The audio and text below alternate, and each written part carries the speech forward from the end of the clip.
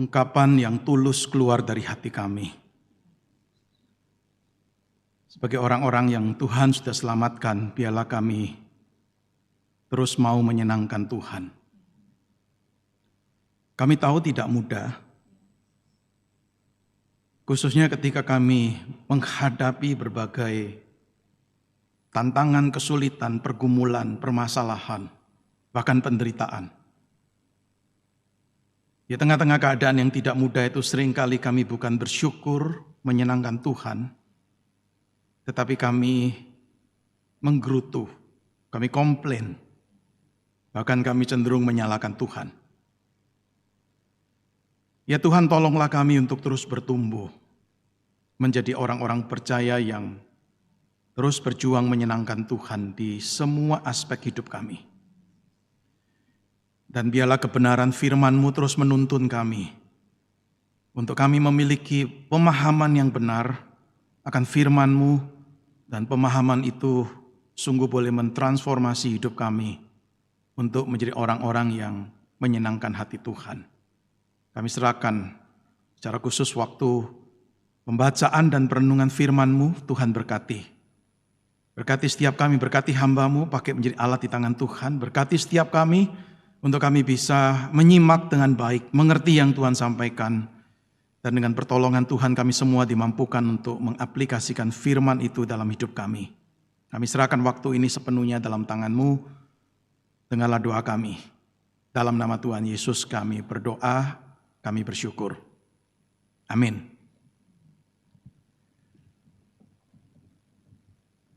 Saudara-saudara yang dikasihi oleh Tuhan, tema yang diberikan kepada saya adalah berkaitan dengan kisah 12 saudara. Dan subtitle dari tema ini itu adalah memahami rancangan jahat melalui perspektif Tuhan. Dan untuk bisa memahami dari perspektif Tuhan, mau tidak mau kita harus kembali kepada Alkitab, kitab suci, karena itulah yang menolong kita untuk melihat, mengerti, memahami dari perspektif Tuhan. Dan untuk itu saya ajak kita membaca Kejadian pasal yang ke-50, Kejadian pasal yang ke-50 ayat yang ke-15 hingga ayat yang ke-21. Saudara yang dikasihi oleh Tuhan, sebelum saya bacakan, saya ingin memberikan sedikit informasi bahwa Lembaga Alkitab Indonesia telah menerbitkan terjemahan yang baru, edisi kedua, pada tanggal 9 Februari yang lalu. Saudara, terjemahan yang sekarang dipakai, yang umumnya mungkin saudara punyai, itu ada terjemahan yang dari tahun 1974. Jadi sudah 49 tahun tidak pernah mengalami revisi yang major. Dan kali ini bersyukur ya akhirnya setelah lewat satu masa yang panjang, itu akhirnya bisa keluar edisi terjemahan yang baru, yang edisi yang kedua.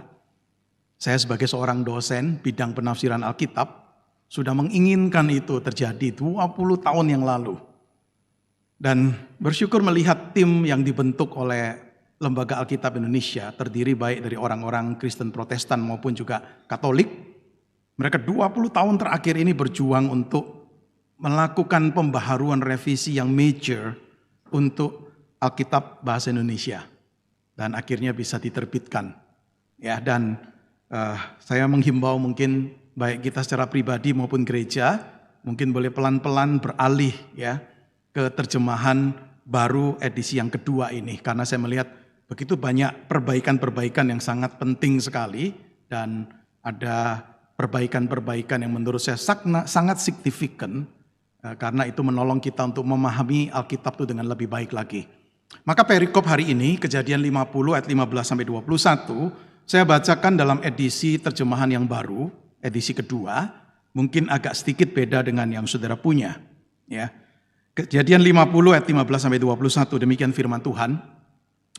Ketika saudara-saudara Yusuf melihat bahwa ayah mereka telah meninggal, mereka berkata, boleh jadi Yusuf masih dendam terhadap kita dan akan membalas sepenuhnya kepada kita segala kejahatan yang telah kita lakukan kepadanya. Sebab itu mereka menyuruh orang menyampaikan pesan ini kepada Yusuf.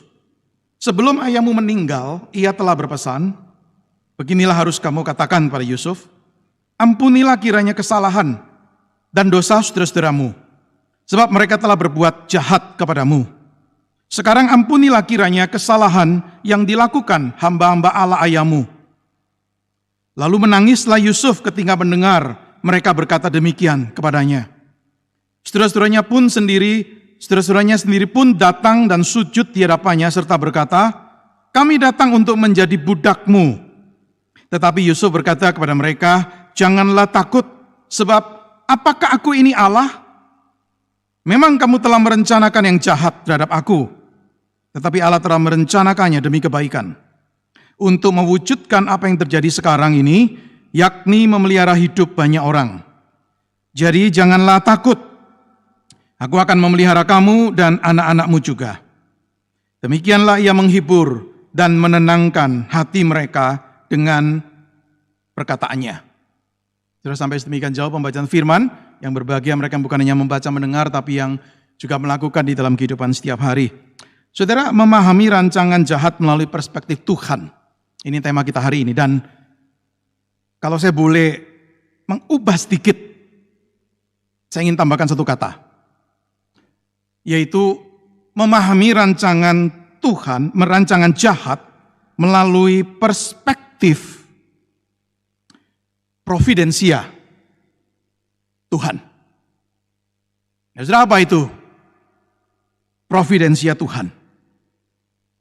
Saudara, bicara mengenai providensia Tuhan, kita berbicara mengenai tindakan Tuhan yang dengan sengaja, ya bukan kebetulan, dengan sengaja dan terus-menerus, bukan sesekali, terus-menerus menopang, memelihara, dan mengendalikan. Saudara, pengertian mengendalikan di sana punya arti mengatur, mengontrol, dan mengarahkan dunia ini dan seluruh ciptaannya untuk tujuan yang telah Ia tetapkan. Saudara, tindakan atau providensia Allah ini tentu saja tidak terlepas dari bijaksananya, dari kekudusannya, dari kemahakuasaannya. Bahkan saya bisa berkata begini, saudara, providensia Allah itu tidak terlepas dari semua sifat Allah yang lain. Maka ketika Allah melakukan tindakan itu, Dia bukan sembarangan, tanpa hikmat. Ketika Allah menunjukkan tindakan providensia itu bukan berarti Dia melakukan seenaknya, sehingga kemudian itu satu tindakan yang sinful, berdosa. Nggak mungkin. Dan tindakan itu pasti terwujud nyata. Saudara, kenapa? Karena Dia adalah Allah yang maha kuasa, Dia Allah yang maha tahu juga. Saudara, maka berdasarkan pengertian ini, kita ini tidak setuju kalau orang berkata begini, Allah itu sudah tidak mengontrol dunia ini lagi. Sudah cukup banyak kan orang beranggapan bahwa apa yang terjadi di dunia ini bersifat random, bersifat acak, atau kebetulan, atau keberuntungan lah kalau yang baik itu terjadi. Atau mungkin ada yang lebih ekstrim berkata, oh itu takdir, oh itu nasib. Tapi saudara, Allah itu tidak membiarkan dunia ini berjalan sendiri dan apa adanya. Saudara, Allah tidak meninggalkan dunia ini dan segala isinya. Dia bukan menciptakan lalu meninggalkan. Allah terus-menerus menopang, mengontrol apa yang Ia ciptakan sesuai dengan keputusan kehendaknya. Oleh sebab itu kita meyakini tidak ada satupun di seluruh ciptaan itu yang di luar kontrol Allah yang berdaulat. Tidak ada satupun, dalam pengertian apa? Tidak ada yang berkaitan dengan cuaca atau berkaitan dengan matahari, pergerakan matahari, bulan, bintang, berkaitan dengan tumbuh-tumbuhan, berkaitan dengan dunia binatang, berkaitan dengan peristiwa-peristiwa yang terjadi di antara bangsa-bangsa, juga termasuk tentunya adalah peristiwa-peristiwa yang terjadi di dalam kehidupan kita pribadi, lepas pribadi, yang di luar kontrol Allah yang berdaulat ini. Ada satu orang berkata begini, everything is what is and acts as it does by God's providence. Segala sesuatu itu adalah apa adanya sekarang, dan bahkan segala sesuatu itu bertindak sebagaimana halnya, itu adalah tetap dalam providensia dari Allah. Setelah maka kita meyakini bahwa tidak ada satupun di seluruh ciptaan ini, termasuk hal yang mungkin dianggap kecil atau hal yang dianggap tidak signifikan, yang terlepas dari perhatian dan kontrolnya. Yesus pernah berkata, bukankah 2 ekor burung pipit dijual seharga 1 keping uang terkecil? Namun, seekor pun tidak akan jatuh ke bumi di luar kehendak Bapakmu. Saudara, itu satu burung yang sangat murah harganya. Tetapi kita melihat Yesus berkata, seekor pun tidak akan jatuh ke bumi di luar kehendak Bapakmu. Tidak ada hal yang kecil yang dianggap tidak signifikan yang di luar kontrol Allah. Virus yang kecil yang melanda dunia 3 tahun ini, saudara, adalah virus yang saya percaya tidak lepas dari kontrol Allah. Allah bukanlah Allah yang mengawasi dunia ini dari kejauhan. Allah bukanlah Allah yang tidak berbuat apa-apa dengan dunia ini. Allah bukanlah Allah yang bisa terkejut karena terjadi sesuatu yang dia tidak pernah tahu sebelumnya. Allah bukanlah Allah yang bukan hanya terkejut, bisa terkejut, tetapi juga kemudian berpikir ulang nih. Wah, udah terjadi nih, saya nggak tahu, lebih baik saya ubah. Saudara, Allah bukan seperti itu. Ajaran Alkitab tidak menunjukkan hal seperti itu. Saudara, seorang yang bernama Jerry Bridges itu memberikan satu definisi seperti ini mengenai apa itu providensia Allah. Dia bicara tentang providensia Allah sebagai pemeliharaannya yang terus-menerus bagi seluruh ciptaannya dan kekuasaannya yang mutlak atas seluruh ciptaannya bagi kemuliaannya sendiri dan kebaikan umatnya. Ya, jadi ada kepedulian, ada pemeliharaan, tetapi juga ada kekuasaan yang dinyatakan atas siapa? Seluruh ciptaan. Dan sudah perhatikan 2 tujuan disebut di sana. Untuk kemuliaan bagi Allah itu sendiri dan untuk kebaikan umatnya. Sudah 2 tujuan ini tidak pernah bertentangan. Tidak pernah berlawanan, selalu harmonis. Artinya begini, tidak pernah Allah bertindak hanya peduli untuk kemuliaan dirinya, lalu mengorbankan kebaikan umatnya. Atau sebaliknya, Allah tidak pernah bertujuan hanya untuk kebaikan umatnya, lalu dia mengorbankan kemuliaan dirinya. Sudah, Allah tidak seperti itu. Sudah, jikalau kita mengerti ini, maka kita bisa memahami, sepasti Allah itu tidak pernah merusak kemuliaannya sendiri. Maka sepasti itulah, Allah tidak pernah mengizinkan ataupun menghalangi kebaikan ini kerjakan di dalam dan melalui orang percaya. Saudara, kebenaran mengenai providensia Allah inilah yang membawa kita untuk sungguh dapat mempercayainya. Kenapa? Karena keyakinan ini. Dia memperdulikan, dia memperhatikan kita, dan ia terus-menerus. Sekali lagi, bukan sesekali, tetapi terus-menerus bekerja di setiap aspek dan di setiap momen hidup kita. Providensia Tuhan menegaskan bahwa tidak ada satupun terjadi jikalau yang Maha Kuasa tidak menghendaki untuk terjadi. Baik dengan cara dia mengizinkan itu terjadi atau dia melakukannya sendiri. Saudara, apa yang mungkin nampaknya kebetulan atau keberuntungan, ternyata itu terjadi karena providensianya. Saudara, saya mengakui bahwa ketika kita mendalami topik ini, providensia Tuhan, saya menyadari saudara ini satu topik yang dalam, penuh misteri. Untuk memahami sepenuhnya Allah yang berdaulat bekerja, tapi manusia juga punya kebebasan untuk bertindak. Itu sesuatu yang tidak mudah untuk kita pahami sepenuhnya. Karena pikiran saudara dan saya adalah pikiran yang terbatas, pikiran kita juga berdosa.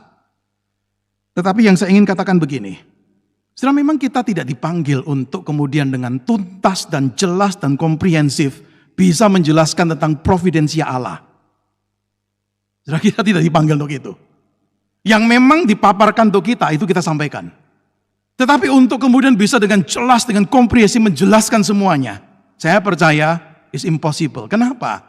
Karena kita ini bukan bicara satu makhluk ciptaan, tetapi kita bicara pencipta.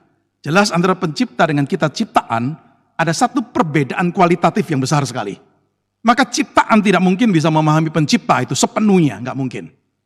Panggilan untuk kita adalah panggilan untuk memahami sesuai apa yang diajarkan Alkitab. Dan yang penting adalah ini, mempercayai the God of providence. Ini panggilan kita. Memahami apa yang memang disampaikan, tetapi juga meyakini, mempercayai the God of providence. Allah yang adalah Allah yang bertindak dalam providensianya. Jadi kita melihat contoh tentang providensia Allah dalam kehidupan Yusuf. Kisah Yusuf di dalam Alkitab itu dengan jelas sekali menunjukkan providensia Allah. Allah mau menyelamatkan umat Israel dari kelaparan melalui siapa? Melalui Yusuf. Tapi saudara jangan lupa, tindakan penyelamatan yang Allah kerjakan ini didahului dengan rentetan peristiwa yang penuh dengan dosa, kejahatan, dan kelemahan manusia. Saudara bisa baca itu di Kejadian pasal 37 sampai 41. Ketika masih muda, Yusuf dibenci oleh saudara-saudaranya karena dia disayangi lebih dari mereka oleh ayahnya. Yusuf juga pernah menceritakan mimpinya yang dimana saudara-saudaranya yang lain satu waktu akan menyembah dia, bersujud pada dia. Saudara-saudaranya jadi marah. Maka kita melihat di pasal yang ke-37 itu kebencian itu akhirnya membawa pada rencana untuk membunuh Yusuf. Dan ketika satu kali Yusuf mengunjungi saudara-saudaranya yang bekerja di ladang, mereka merencanakan membunuh dia. Tapi untung, salah satu kakaknya Ruben mencegah. Jangan. Lemparkan aja ke sumur. Saudara, Ruben punya pemikiran dia tidak mau membunuh saudaranya, justru mau menyelamatkan. Tetapi saudara, apa yang terjadi? Ketika Ruben sedang menuju ke tempat yang lain, tidak ada di sekitar mereka, kita melihat kemudian bagaimana saudara-saudara Yusuf itu menjual Yusuf ke pedagang atau saudagar yang lewat. Dan mereka jelas melakukan itu karena apa? Ada unsur keuntungan finansial, mereka dapat uang. Dan begitu teganya sampai mereka kemudian membohongi ayah mereka, karena mereka mencelupkan jubah Yusuf ke darah dari seekor kambing dan kemudian menyampaikan pada ayahnya, Yusuf mati karena diserang binatang buas. Sudah lihat jahatnya saudara-saudaranya ini. Singkat cerita kita tahu cerita Yusuf, kemudian dia jadi seorang budak kerja di rumah Potifar. Tetapi kita tahu apa yang terjadi ketika istri Potifar menggodanya dan dia tidak mau dan dia difitnah, akhirnya masuk penjara. Setelah di dalam penjara, Yusuf bertemu dengan dua orang, satu juru makanan, satu juru minuman yang mimpinya ditafsirkan. Khususnya juru minuman akhirnya betul-betul sudah mengalami apa yang ditafsirkan oleh Yusuf dalam mimpinya dan dia kembali pada pekerjaannya semula. Tetapi sayangnya Alkitab mencatat apa? Juru minuman itu lupa dengan Yusuf yang pernah menolongnya dan lupanya itu lupa selama 2 tahun. Saudara, saya ingin saudara melihat begini. Ketika masih muda, dia umur 17, ketika dijual. Kemudian akhirnya Yusuf bisa jadi pemimpin, penguasa di tanah Mesir. Karena dia berhasil untuk menafsirkan mimpi Firaun. Setelah juru minuman ini yang lupa dia 2 tahun. 2 tahun berikutnya kemudian ketika Firaun mimpi, lalu kemudian juru minuman baru ingat ada Yusuf di penjara ini. Maka Yusuf dipanggil dan bisa menafsirkan mimpi itu. Setelah dikasih oleh Tuhan, kemudian Yusuf diberi kepercayaan jadi penguasa. Dia berusia 30 tahun, Alkitab mencatat. Jadi 13 tahun. Itu masa-masa yang saya boleh sebut sebagai masa-masa kegelapan. Dijual, dikhianati oleh saudaranya. Sudah bekerja baik-baik di rumah Potifar, difitnah oleh istrinya. Kemudian masuk penjara. Sudah berbuat baik pada orang lain, tetapi orang lain tidak mengingat dia. Saudara, dikasih oleh Tuhan karena bisa menafsirkan mimpi dari Firaun itu. Mimpi tentang bahaya kelaparan yang akan terjadi. 7 tahun kelimpahan, lalu 7 tahun bahaya kelaparan. Dan Yusuf mengatakan apa? 7 tahun kelimpahan harus kumpulkan makanan ini. Untuk cadangan untuk nanti bahaya kelaparan. Dan akhirnya betul-betul terjadi peristiwa itu kan. 7 tahun kelimpahan, sudah kumpulin makanan, kemudian masuk ke masa kelaparan. 2 tahun setelah kelaparan itu dimulai. Saudara-saudara Yusuf yang tinggal di tanah lain, di negeri lain, datang. Minta pertolongan karena mereka kehabisan makanan. Yusuf saat itu berusia 39 tahun. 22 tahun tidak pernah bertemu dengan saudara-saudaranya. Maka saudara-saudaranya tidak mengenali Yusuf ini. Tapi Yusuf mengenali mereka. Dan akhirnya Yusuf memperkenalkan diri lagi. Menyingkapkan, ini loh aku. Dan ketika dibukakan dirinya siapa dia, setelah dicatat di dalam Kejadian pasal 45, saudara-saudaranya jadi ketakutan sekali. Nah, saudara, kepada saudara-saudara yang seperti ini, apa yang dikatakan Yusuf di Kejadian pasal 45? Saudara perhatikan apa yang dicatat dalam Alkitab. Yusuf berkata begini, aku ini Yusuf saudaramu, yang kamu jual ke Mesir. Sekarang, janganlah bersusah hati dan janganlah menyesali diri, karena kamu menjual aku ke sini. Justru untuk menyelamatkan hiduplah Allah mengutus aku mendahului kamu. Sebab baru 2 tahun terjadi kelaparan di negeri ini dan masih 5 tahun lagi orang tidak akan membajak atau menuai. Allah telah mengutus aku mendahului kamu untuk menjaga kelanjutan keturunanmu di bumi dan memelihara hidupmu sehingga banyak yang selamat. Jadi bukan kamu yang mengutus aku ke sini, melainkan Allah. Dialah yang telah menjadikan aku bapak bagi Firaun dan tuan atas seluruh istananya serta pemegang kuasa atas seluruh Mesir. Sudah perhatikan 3 kali muncul kata ini, mengutus. Yusuf menyampaikan pemahamannya mengenai apa yang dia alami dari perspektif providensia Tuhan. Kata kunci yang muncul itu mengutus. Artinya Yusuf ingin berkata begini, ketika saudara-saudaranya itu menjual dia, tentu mereka menjualnya bukan karena mereka tahu, oh nanti di masa depan Yusuf akan jadi penolong kita. Enggak. Mereka menjualnya jelas dengan untuk keuntungan finansial, dapat uang. Tetapi kita melihat saudara maksud Allah dalam tindakan itu ternyata berbeda. Disinilah kita bisa mengatakan begini saudara. Saudara-saudara Yusuf ini menjual Yusuf ke Mesir dengan maksud jahat.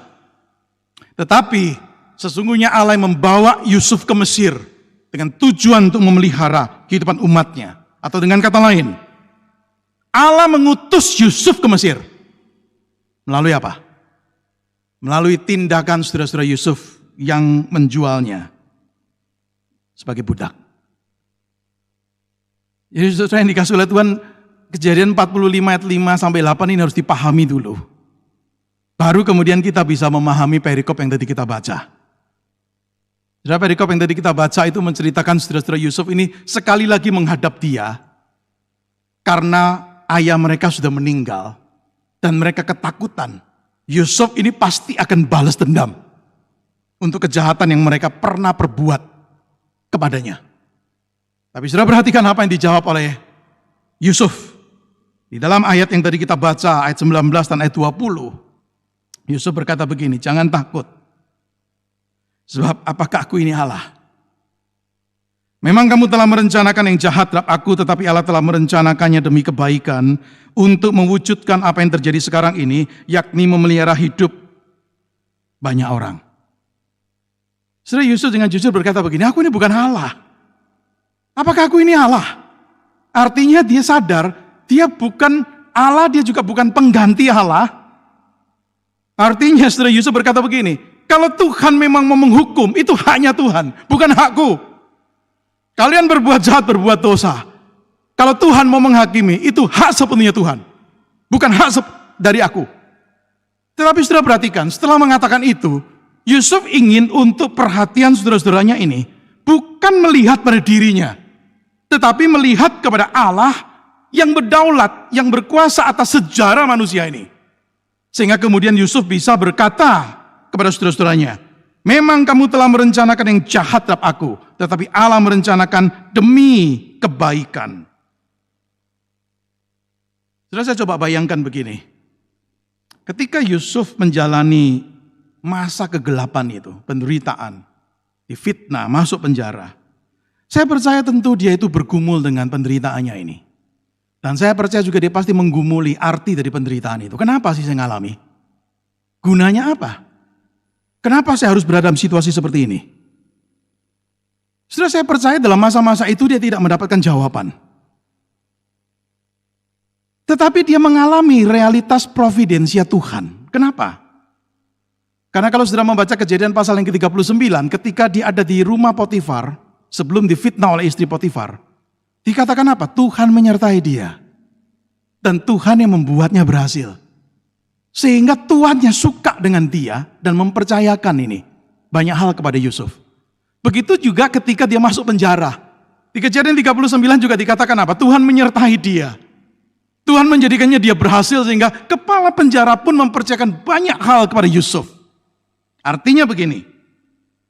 Saudara-saudara, di dalam kehidupan yang dia jalani selangkah demi selangkah,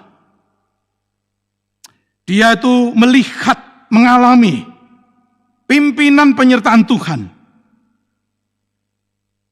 Maka pada akhirnya dia bisa berkata itu. Jadi saudara, itu bukan sesuatu pemahaman yang tiba-tiba di Kejadian 50 baru muncul saat itu. Mengatakan kalimat yang luar biasa ini. Tetapi satu proses perjalanan yang dia lihat. Saya percaya dalam pergumulan selama 13 tahun. Dia berpikir dan bertanya mungkin, kenapa ini? Dia nggak dapat jawaban, tetapi dia melihat Tuhan tuh baik ternyata. Jadi itulah providensia Tuhan. Sehingga akhirnya dia bisa mengatakan kalimat yang terkenal ini. Dan saudara perhatikan baik-baik kalimat terkenal ini, karena disinilah kita perlu memahami apa artinya providensia Tuhan. Perhatikan, kalau saya mau buat satu perbandingan, saya akan buat seperti ini. Kamu merencanakan yang jahat terhadap aku. Allah merencanakannya, itu yang jahat itu, demi kebaikan. Saudara, kata kerja yang dipakai sama, objeknya sama. Saudara, kenapa saya perlu menekankan poin ini? Yusuf di sini bicara mengenai satu peristiwa spesifik. Kalian merencanakan yang jahat, yaitu apa? Kalian menjual aku. Tetapi Yusuf menjelaskan peristiwa yang satu ini dari dua perspektif. Dari satu perspektif bisa dikatakan betul nih, saudara-saudaranya yang jahat menjual dia. Tetapi dari perspektif yang lain Yusuf bisa berkata apa? Tuhan pun bekerja dari sejak semula dengan maksud baik dengan dijualnya Yusuf itu. Artinya rencana jahat saudara-saudara Yusuf adalah bagian dari rencana Allah yang lebih besar untuk kebaikan. Ini satu misteri. Saudara, kenapa poin ini perlu untuk saya sampaikan, saudara? Karena jangan kita berpikir begini. Saudara-saudaranya merencanakan yang jahat, lalu tindakan jahat terjadi. Lalu Tuhan kaget. Loh, kok ini yang terjadi dengan Yusuf ya? Lalu kemudian Tuhan berpikir begini, oh saya bisa ubah ini jadi hal yang baik. Atau saya bisa pakai ini jadi hal yang baik. Jadi seringkali tanpa sadar kita memaknai seperti itu kan. Seolah-olah Tuhan itu tidak tahu ada kejahatan, lalu setelah kejahatan terjadi Tuhan itu bisa ubah jadi kebaikan. Setelah peristiwanya terjadi. Jadi poin dari Yusuf di sini bukanlah dia berkata begini, kamu memaksudkan atau merencanakan apa yang jahat, tetapi Allah mengubah jadi yang baik. Bukan poin Yusuf di sana. Setelah poin Yusuf bukan seperti itu.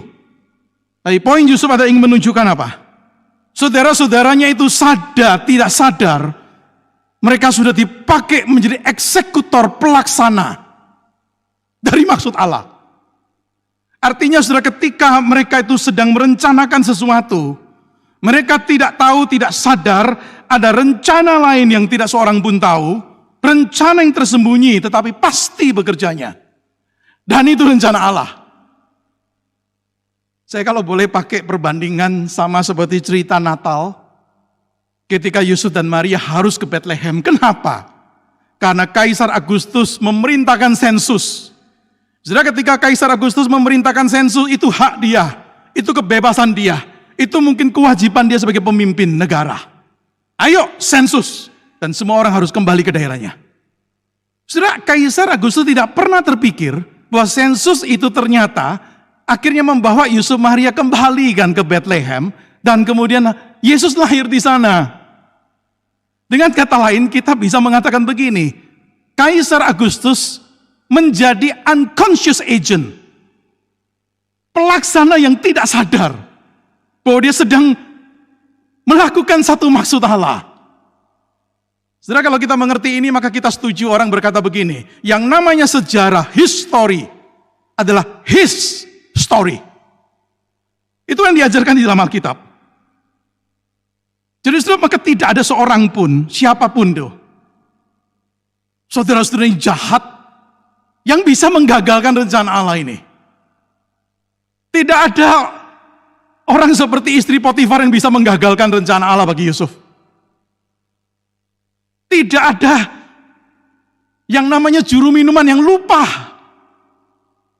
2 tahun yang menghalangi rencana Allah. Bahkan juga saya percaya tidak orang seperti Raja Firaun yang bisa menghambat, menggagalkan rencana Allah untuk tidak terjadi. Saudara, disinilah kita melihat ada intersection, ada titik temu nih antara kehendak Allah dan kehendak manusia, antara maksud manusia dengan maksud Allah di dalam rangkaian peristiwa yang terjadi itu. Sehingga kita bisa berkata begini, saudara, kehendak manusia yang berdosa itu bukan sekedar dipakai, bukan sekedar dimanfaatkan atau diatur oleh Allah setelah sudah terjadi. Tetapi dalam hikmatnya, Allah itu bekerja di dalamnya dan membawa bertujuan dan pencapaian akhir yang baik. Sekali lagi saudara, saya katakan, bicara atau ketika merenungkan tentang providensia Allah, ini bukan sesuatu yang langsung kita pahami dengan pikiran kita yang terbatas. Hal yang kedua, seringkali kita nggak melihat tangan providensia Tuhan dengan mata fisik kita. Itu yang jadi problem. Saudara, kita nggak bisa melihat langsung nih. Maka membuat kemudian kita tidak percaya atau kita ragu atau kita mempertanyakan Tuhan. Tapi yang saya mau katakan begini, yang kita tidak lihat bukan berarti tidak ada. Karena cukup sering Allah bertindak, berbuat di belakang layar, behind the scenes. Setelah yang dikasih oleh Tuhan Allah, saya percaya adalah Allah yang in control atas segala sesuatu. Dan di dalam kontrolnya itu dia bisa mengizinkan orang mengalami hal yang menyakitkan. Hal yang menyakitkan itu real. Itu betul-betul melukai, betul-betul membuat kita menderita. Tetapi di tengah-tengah penderitaan kita bisa merasa tenang karena mengetahui dia berdaulat. Di dunia yang dikontrol oleh Allah ini dalam providensianya, kita bukanlah orang-orang yang helpless, yang hopeless, menghadapi banyaknya kejahatan maupun rancangan jahat manusia. Saudara, saya percaya Yusuf itu memiliki satu keyakinan kuat sekali. Ketika dia meyakini, mengatakan kalimat ini, dia meyakini rencana Allah untuk kebaikan itu pasti pada akhirnya menang. Saudara, inilah providensia Allah. Sekali lagi ingat kembali tadi definisi awal dari Jerry Bridges itu. Kemuliaan bagi namanya, tetapi kebaikan bagi umatnya. Gak mungkin Allah cuma concern ke kemuliaan diri, tetapi mengorbankan kebaikan untuk umatnya. Atau sebaliknya.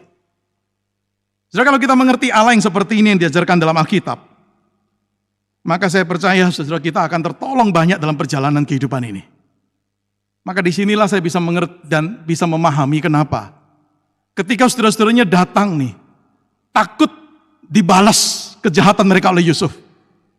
Saudara, kita bisa melihat kenapa akhirnya Yusuf bisa mengampuni saudara-saudaranya dan tetap bisa melakukan hal yang baik. Bahkan di dalam ayat yang ke-21 dikatakan begini, jadi janganlah takut, aku akan pelihara kamu dan anak-anakmu juga.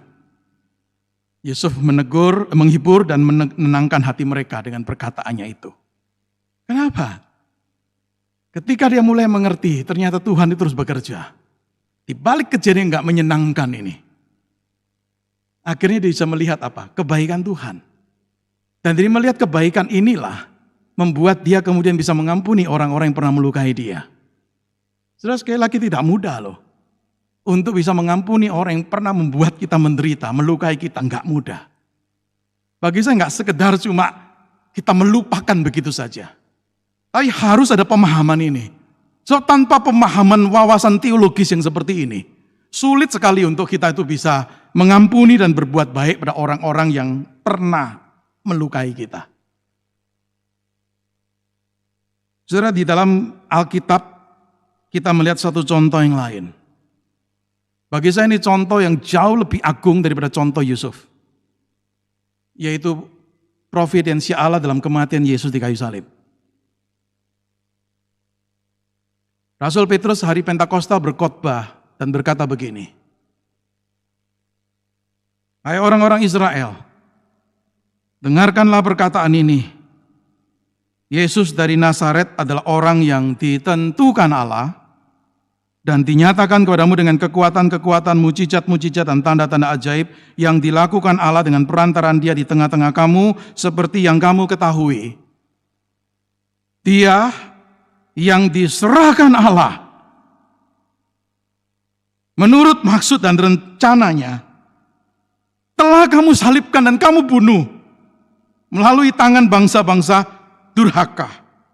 Namun Allah membangkitkan Dia setelah melepaskan Dia dari sengsara maut, karena tidak mungkin Ia tetap berada dalam kuasa maut itu. Sudah melihat ada paralelnya apa yang dialami oleh Yusuf dengan apa yang dialami oleh Yesus.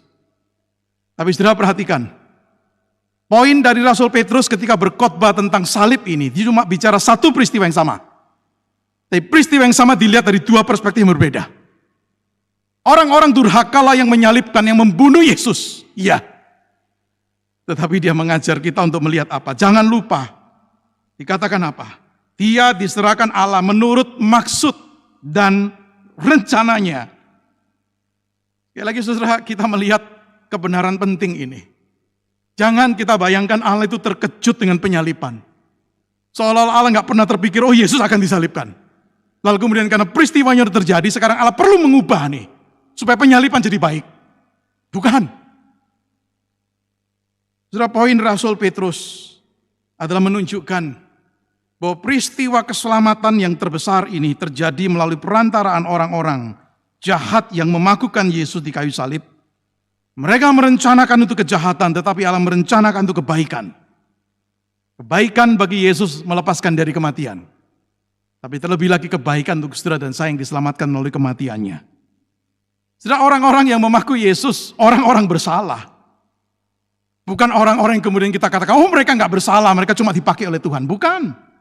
Saudara, di dalam kebebasannya manusia bisa berdosa dan dinyatakan salah. Tetapi yang saya ingin untuk kita ketahui adalah Allah yang tidak pernah diam. Seolah-olah Allah terkejut, kemudian karena terkejut harus ganti planning. Saudara, inilah memahami rancangan jahat dari dua perspektif. Dan saya harap saudara dengan kita mengetahui kebenaran ini, bahwa tindakan-tindakan jahat itu tidak menghalangi Allah mengerjakan tujuannya. Melalui kita, itu memberi penghiburan pada kita dalam penderitaan dan juga menjaga kita untuk tidak melakukan pembalasan untuk orang-orang yang melukai kita. Maka di kayu salib Yesus bisa mengampuni. Ampunilah mereka, karena mereka tidak tahu apa yang mereka perbuat. Saudara yang dikasihi oleh Tuhan, saya rindu untuk renungan firman Tuhan hari ini menolong kita untuk bisa memahami. Bukan hanya dari perspektif mata fisik kita yang terbatas nih. Pikiran kita yang terbatas memahami sulit, mata kita nggak ngelihat tangan providensi Allah yang nyata. Tetapi yang kita tidak pahami bukan berarti tidak ada kebenarannya. Yang kita tidak bisa lihat bukan berarti tidak ada kebenaran mengenai providensi Allah. Seorang teolog abad 19, Charles Hodge, pernah berkata begini, what is true in the history of Joseph is true of all history. Mungkin seringkali kita nggak melihat itu. Dia mengatakan apa yang terjadi, benar yang terjadi dengan Yusuf. Itulah yang sesungguhnya juga benar untuk semua sejarah.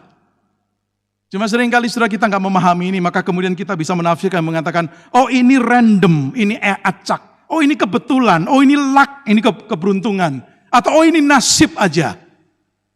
Atau penjelasan-penjelasan lainnya. Tetapi teolog besar ini berkata ini, waktu engkau merenungkan kisah dari Yusuf, kita melihat satu kebenaran yang berlaku di semua sejarah. Tapi seringkali manusia nggak sadar tuh. Sama seperti contoh yang tadi saya berikan. Kaisar Agustus tidak pernah tahu bahwa dia menjadi unconscious agent di tangan Tuhan untuk menggenapkan apa yang menjadi rencana Tuhan supaya Yesus dilahirkan di Bethlehem. Dan kebenaran inilah yang kita akhirnya tahu menjadi kebenaran yang kita pegang sesuai perkataan dari Rasul Paulus. Kita tahu bahwa dia turut bekerja dalam segala sesuatu demi kebaikan. Orang-orang yang mengasihi Allah yaitu mereka yang terpanggil sesuai dengan rencananya. Rasul Paulus mendengungkan kisah Yusuf di sini. Tapi menegaskan dengan lebih jelas lagi bahwa Allah adalah Allah yang bekerja dalam segala sesuatu. All things. Bukan bekerja dalam beberapa hal. Bukan bekerja di some things, tetapi all things. Dan itu untuk kebaikan. Saudara, jikalau kita memahami ini, sekali lagi kita akan tertolong banyak. Di dalam menjalani kehidupan yang tidak pernah lepas dari kesulitan, tantangan, pergumulan. Luka-luka yang dibuat oleh orang lain untuk kita, atau orang lain membuat kita menderita. Justru kita diminta untuk growing di sana. Mengajak kita untuk melihat peristiwa itu jangan cuma dari satu perspektif. Jangan lihat hanya dari mata fisik kita. Tapi mari kita lihat dari perspektif ilahi. Maka di Roma 8 itu pun Paulus akhirnya bisa berkata begini. Sebab aku yakin, baik maut maupun hidup, baik malaikat-malaikat maupun pemerintah-pemerintah, baik yang ada sekarang maupun yang akan datang, atau kuasa-kuasa baik yang di atas maupun di bawah, atau satu makhluk lain, tidak akan dapat memisahkan kita dari kasih Allah di dalam Kristus Yesus. Nothing and no one can separate us from the love of God in Christ. Saudara, itulah pegangan di dalam perjalanan hidup kita. Kiranya Tuhan memberkati firman-Nya untuk jadi pedoman dalam perjalanan iman kita. Mari kita berdoa. Kami belajar dari pengalaman atau kisah Yusuf di Perjanjian Lama. Kisah yang dialami oleh satu pribadi dengan segala keunikan pengalaman yang dialami. Tetapi di dalamnya kami melihat kebenaran dasar yang penting. Bahwa ternyata di dalam masa-masa ketika dia melewati kegelapan, kesulitan, pergumulan, penderitaan, Tuhan tidak diam. Tuhan, Engkau hadir di sana, dalam kehidupan Yusuf. Engkau memimpin langkah demi langkah, sampai pada akhirnya maksud atau rencanamu terlihat dengan jelas. Untuk apa Yusuf mengalami semua itu? Tuhan, kami tahu tentu tidak mudah bagi Yusuf di masa-masa ketika menjalani itu. Dia tidak bisa memahami dengan pikiran yang terbatas. Juga tidak bisa melihat secara langsung dengan mata fisiknya tangan Tuhan, tangan providensia Tuhan. Tapi setelah melewati semua itu, pada akhirnya dia melihat ke belakang dan bisa berkata kalimat yang luar biasa. Tuhan, kami rindu, kami juga belajar seperti Yusuf. Kami melihat bukan hanya contoh Yusuf, tetapi contoh teragung adalah Tuhan kami, Tuhan Yesus, yang harus menghadapi kayu salib. Peristiwa yang begitu keji dilakukan oleh orang-orang durhaka melawan Yesus adalah peristiwa dari perspektif ilahi. Kami melihat peristiwa yang dalam rancangan Tuhan untuk kebaikan bagi Tuhan Yesus maupun juga kebaikan bagi kami. Tuhan, bawa kami untuk memahami itu. Meyakini Engkau Tuhan yang tidak pernah lepas kontrol dalam kehidupan kami pribadi lepas pribadi. Sehingga kami bisa sepenuhnya percaya Hidup kami dalam genggaman Tuhan. Engkau hadir di setiap aspek dan di setiap momen kehidupan kami. Berkatilah renungan firman-Mu jadi pedoman untuk kami orang-orang percaya dalam perjalanan iman kami. Di dalam nama Tuhan Yesus kami berdoa, kami bersyukur. Amin.